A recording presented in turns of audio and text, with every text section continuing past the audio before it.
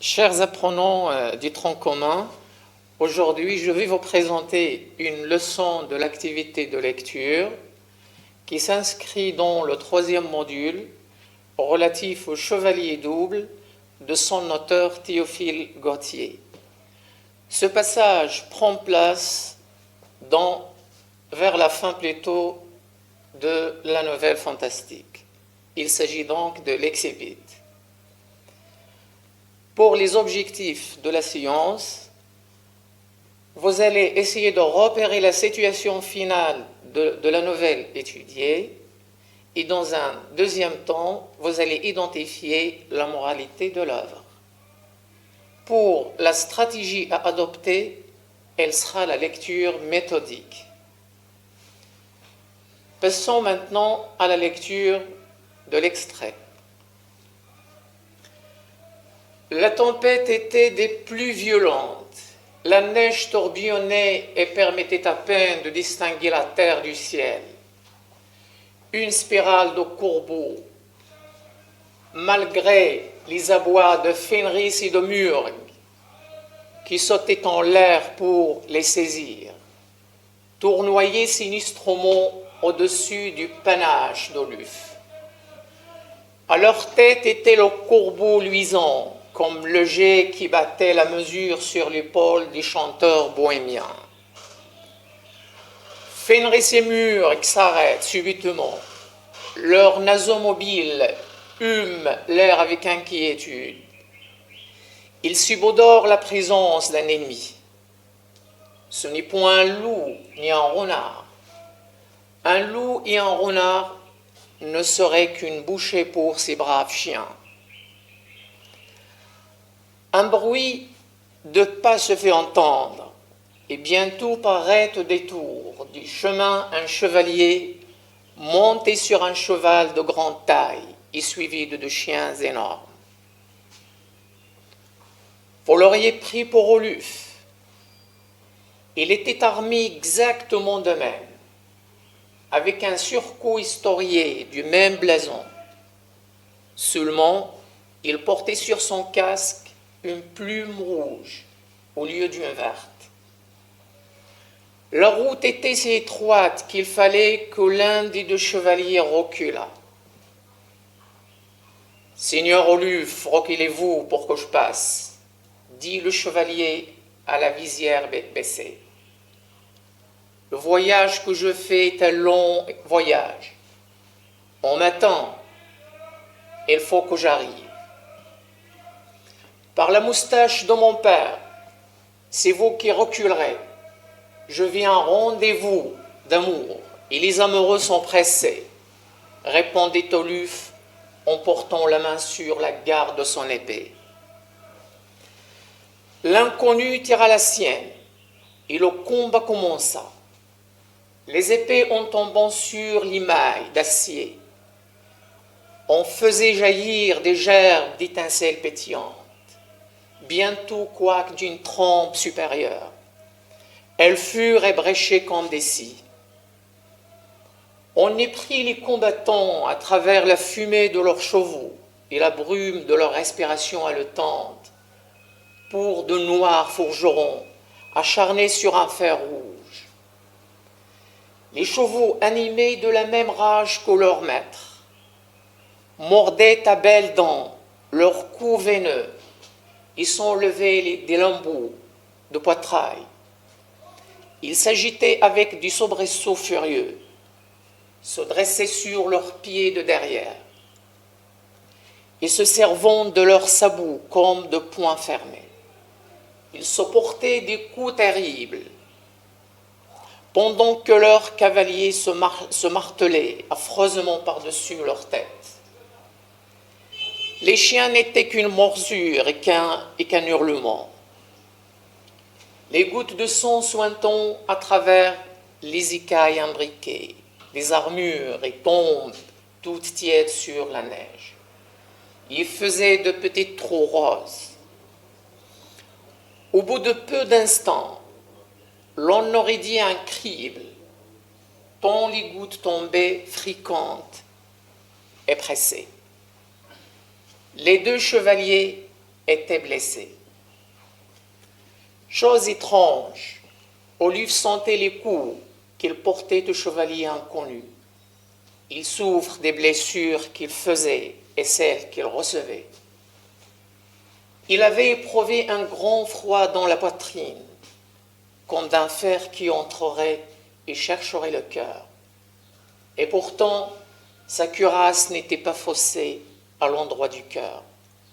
Sa seule blessure était un coup dans les chairs au bras droit. Singulier duel où le vainqueur souffrait, autant que le vaincu, où donner et recevoir était une chose indifférente. Ramassant ses forces, Oluf fit voler d'un revers le terrible âme de son adversaire. Ô terreur que vit le fils d'Edwige de Lodbrog. Il se vit lui-même devant lui. Un miroir eût été moins exact. Il s'était battu avec son propre spectre, avec le chevalier à l'étoile rouge. Le spectre jeta un grand cri et disparut. La spirale de Corbeau remonta dans le ciel et le brave Oluf continua son chemin. En revenant le soir à son château, il portait en croupe la jeune châtelaine, qui cette fois avait bien voulu l'écouter. Le chevalier à l'étoile rouge n'étant plus là, il s'était décidé à laisser tomber de ses lèvres de rose sur le cœur d'Oluf. Cet aveu qui coûte tant à la pudeur. La nuit était claire et bleue. Oluf leva la tête pour chercher sa double étoile et la faire voir à sa fiancée. Il n'y avait plus que la verte. La rouge avait disparu. En entrant, Brenda, toute heureuse de ce prodige qu'il attribuait à l'amour, fit remarquer au jeune Oluf que le jet de ses yeux s'était changé en azur, signe de réconciliation céleste. Le vieux Lodbrog en souriait sous sa moustache blanche, au fond de son tombeau, car à vrai dire, quoiqu'il n'en eût rien témoigné, les yeux d'Oluf l'avaient quelquefois fait réfléchir. L'ombre d'Edwige est toute joyeuse, car l'enfant du noble seigneur Lodbrog a enfin vaincu l'influence maligne de l'œil orange, du corbeau noir et de l'étoile rouge. L'homme a terrassé l'incube. Cette histoire montre comme un seul moment d'oubli, un regard même innocent, peuvent avoir d'influence. Jeune femme, ne jetez jamais les yeux sur les maîtres chanteurs de Bohème qui récitent des poésies enivrantes et diaboliques. Vous, jeunes filles, ne vous fiez qu'à l'étoile verte. Et vous qui avez le malheur d'être double, combattez bravement, quand même vous devriez frapper sur vous et vous blesser de votre propre épée, l'adversaire intérieur, le méchant chevalier. Si vous demandez qui nous a apporté cette légende de Norvège, c'est un cygne, un bel oiseau au bec jaune qui a traversé le fjord, moitié nageant, moitié volant. Chers apprenants, après cette lecture du support, nous allons passer à la première étape de notre lecture méthodique et qui consiste à identifier le texte. Identification du texte.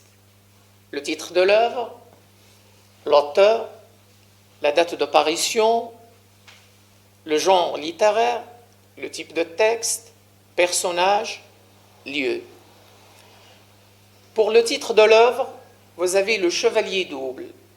Le titre de l'œuvre, le chevalier double entre guillemets. L'auteur, c'est Théophile Gautier. La date de parution, c'est 1840. Le genre littéraire, c'est une nouvelle fantastique. Le type de texte, c'est un texte narratif descriptif. Pour les personnages, vous avez Oluf, c'est le protagoniste, c'est le personnage principal, son cheval, ses chiens, ses deux chiens, et le chevalier à l'étoile rouge. Pour les lieux, nous avons deux lieux, la forêt et le château de Brenda. Passons maintenant à la deuxième étape de la lecture méthodique et qui consiste à situer le passage. Pour la situation du passage, il s'agit tout d'abord d'une phase importante dans laquelle l'apprenant est invité à dire de quoi s'agit-il dans le texte et de rendre compte des événements antérieurs au passage à étudier. Autrement dit, il doit évoquer les événements qui ont donné naissance à l'extrait en question. C'est-à-dire, chers apprenants, vous devez lire la nouvelle, vous devez lire l'histoire dans son intégralité pour que vous puissiez faire une bonne situation du passage. Ici, nous avons un exemple de situation. Le passage se situe à la fin de la nouvelle Le Chevalier double de son auteur Théophile Gautier. Il s'agit de l'excipit. L'excipit, ça veut dire c'est la fin, les dernières lignes de la nouvelle. Et c'est par opposition aussi à l'incipit. Après l'échec de ses relations avec les femmes, à cause de son comportement étrange, Oluf fait connaissance avec Brenda. Cette dernière refuse à son tour de se marier avec lui. Cependant, elle acceptera s'il chassera son double maléfique. Oluf vainc, du verbe vaincre, enfin ce composant funeste. Donc je reprends, le passage se situe à la fin de la nouvelle Le Chevalier double, entre guillemets, de son auteur Théophile Gautier. Il s'agit de l'excipit. Point, après l'échec de ses relations avec les femmes, à cause de son comportement étrange, Oluf fait connaissance avec Brenda. Cette dernière refuse à son tour de se marier avec lui, mais, bien cependant, elle acceptera, ça veut dire c'est Brenda qui va accepter l'amour d'Oluf s'il chasse son double maléfique. Oluf, enfin, vainc ce composant funeste. Ça veut dire qu'il a réussi. Passons maintenant à la troisième étape de la lecture méthodique, qui est dégager des hypothèses de lecture. Il s'agit des démarches qui permettent de construire peu à peu, une signification du texte. On les élabore à travers des questions globales, comme par exemple, de quoi est-il question dans le texte? Quels sont les personnages principaux du texte?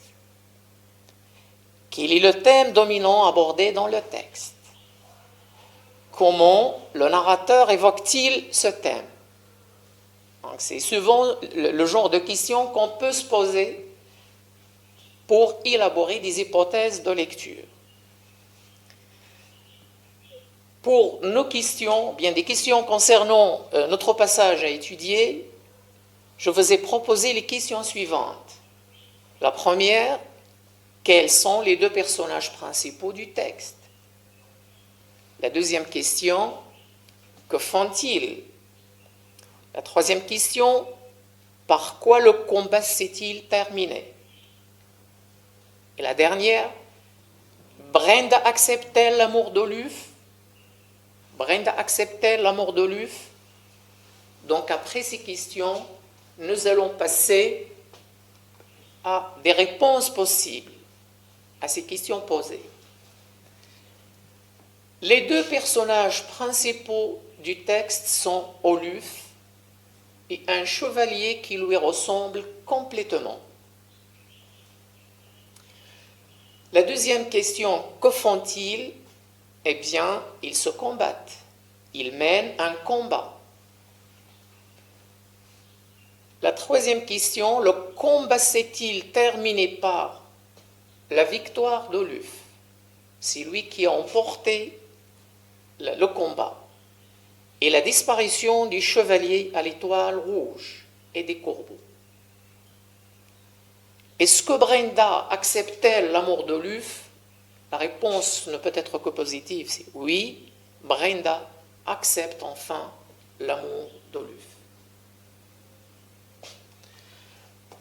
Passons maintenant à la quatrième étape de la lecture méthodique qui est axe de lecture. Ça veut dire dégager des axes de lecture à partir des hypothèses que nous venons de voir. Tout d'abord, un axe de lecture, c'est l'angle par lequel on aborde un texte afin de dégager sa signification. Cet axe doit associer et unir le contenu et la forme du texte. Le contenu, c'est la thématique du texte, et la forme, c'est tout ce qui est relatif à la langue, ou bien au procédé linguistique que le narrateur a utilisé. On a dégagé deux axes de lecture. Le premier axe, c'est le combat d'Oluf avec son double malveillant. Le deuxième axe, une fin heureuse. Donc je reprends le combat d'Oluf avec son double malveillant. Et pour le deuxième axe, c'est une fin heureuse. Passons maintenant au premier axe. Le combat d'Oluf avec son double maléfique. Brenda met en épreuve Oluf. Ce dernier doit lutter contre son double maléfique. Ce motif remonte à la littérature médiévale, ça veut dire celle du Moyen-Âge. Pour être un vrai amoureux, il faut affronter des difficultés. Oluf dispose de toutes les qualités qui lui permettent de triompher et gagner le cœur de sa bien-aimée Brenda. Il est courageux, malgré la peur que provoque la forêt et le vilain temps qu'il faisait. Je cite, « La tempête était des plus violentes, la neige tourbillonnait. » Nous avons également les quelques figures de style qui permettent d'imaginer la situation d'Oluf. Les figures de style qu'on a dégagées sont la comparaison, les métaphores et l'hyperbole. Le corbeau luisant comme le jet, les chevaux animés de la même rage que leur maître. Et la métaphore, de quel compagnon voulez-vous parler, fleur de mon âme? Et nous avons ici une hyperbole à travers un loup et un renard ne seraient qu'une bouchée pour ces braves chiens. C'est une figure d'amplification, d'exagération.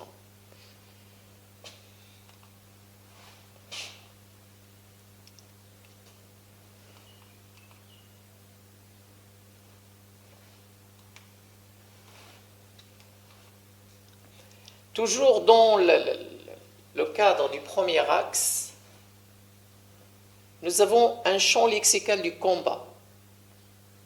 À travers les termes que nous avons relevés, vous avez le mot cheval, vous avez arme, vous avez reculez-vous, qui est un verbe, c'est se reculer, vous avez un surcoup, qui est un vêtement porté autrefois par les chevaliers du Moyen-Âge, vous avez casque, vous avez épée, vous avez cavalier, vous avez se dresser, vous avez goutte de sang, vous avez blessé, blessure, adversaire, vainqueur, vaincu, etc. La synthèse partielle qu'on peut dégager, c'est que Oluf mène un combat de titans, ça veut dire un grand combat, un combat gigantesque, contre son double malveillant et maléfique. Il a réussi à ôter le casque de son ennemi. Ce dernier jette un cri et disparu. Oluf tient maintenant sa promesse. Il doit rejoindre en toute tranquillité sa bien-aimée.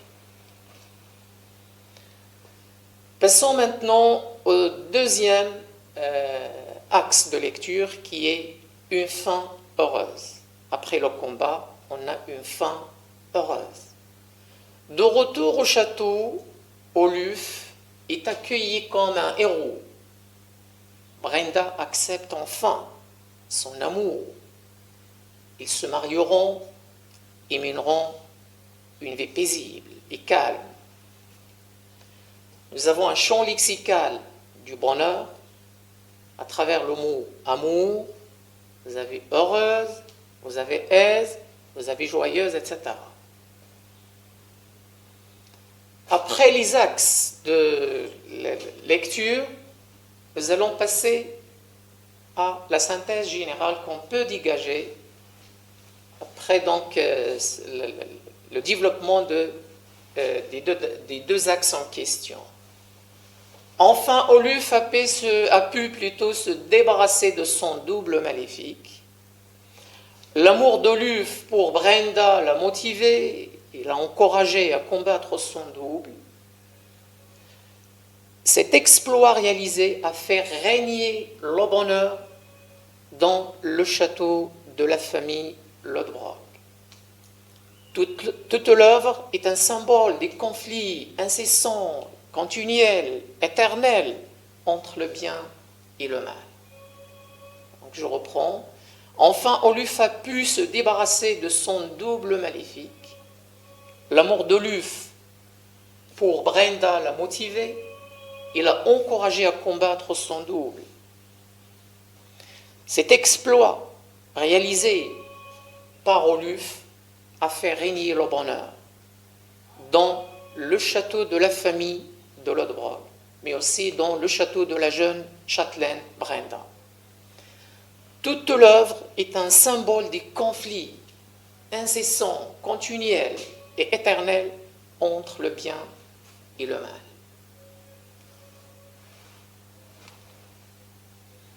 Passons pour en finir à la moralité de l'œuvre. Parce que l'œuvre, le chevalier double, véhicule une moralité, une leçon, ce que nous devons apprendre. La nouvelle nous renseigne sur le combat éternel et infini entre le bien et le mal.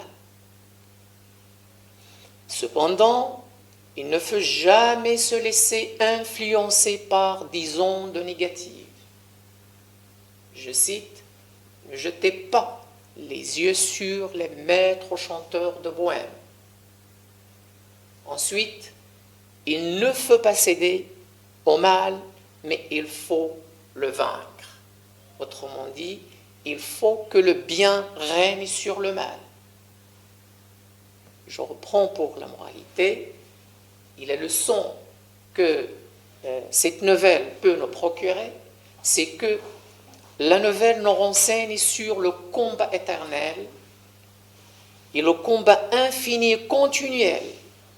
Parce que cette dualité du mal et du bien, ça existe toujours.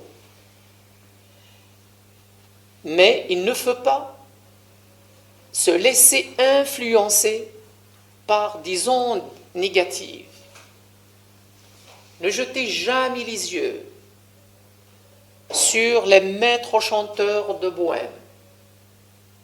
Ensuite, il ne faut pas céder au mal, mais il faut le vaincre.